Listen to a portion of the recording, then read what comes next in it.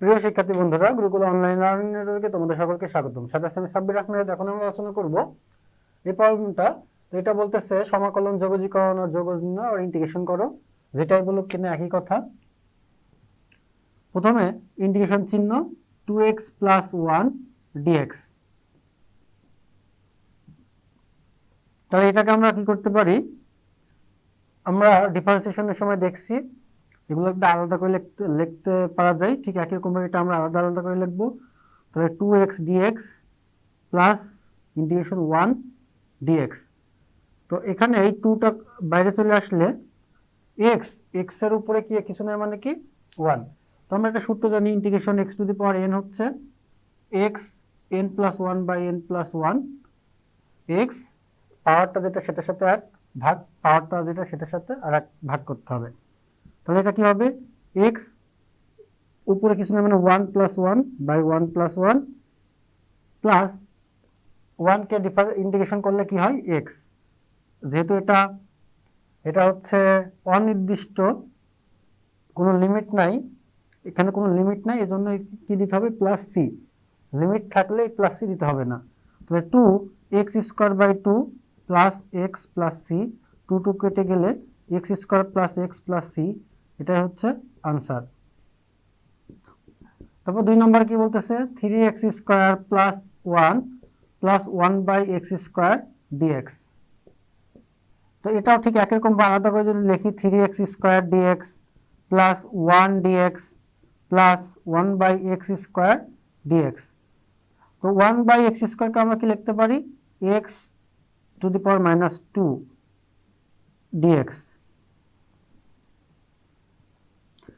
3টা বাইরে চলে আসলো, x to the power n dx, x to the power n integration করলে কি x to the power n + 1 / n + 1। তাহলে x n + 1 2 + 1 / 2 + 1 ইন্টিগ্রেশন হয়ে গেল, প্লাস 1 কে ইন্টিগ্রেশন করলে কি হবে x প্লাস x।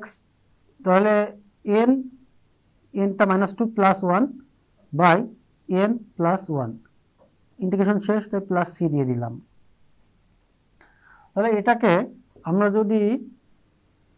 যদি আমরা এরকম লিখি, তাহলে 3x³ / 2 + 1 3 plus x plus x -2 + 1 -1 / -2 + 1 -1 plus c। 3 কেটে গেল, তাহলে x³ plus x plus minus x to the power -1 plus c। তো এটাকে আমরা এমন লিখতে পারি, x³ plus x minus x to the power -1 মানে 1/x প্লাস c।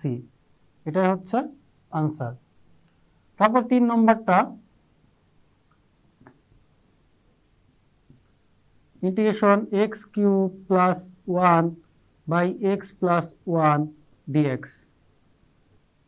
তো x³ + 1, এই 1টাকে আমরা ক্লিক করতে পারি 1³ বলতে পারি। 1³ মানে হচ্ছে 1। তো x³ a³ + b³ এর সূত্র কি, a + b a² - ab + b² / x + 1 dx। x + 1 কেটে গেলে থাকলো কি x² - x + 1 dx। তার মানে এটাকে আবার আলাদা করে লিখে x² dx - x dx + 1 dx। তাহলে এটা লিখতে পারি x n + 1 / n + 1 minus x করলে x n + 1 / n + 1 প্লাস 1 কে ইন্টিগ্রেশন করলে x প্লাস c। তার মানে এটা আমরা লিখতে পারি x³ / 3 -x² / 2 plus x plus c। তো এটাই আমাদের কাঙ্ক্ষিত আনসার। তো বন্ধুরা, আশা করি বুঝতে পারছো ইন্টিগ্রেশন কিভাবে করতে হবে।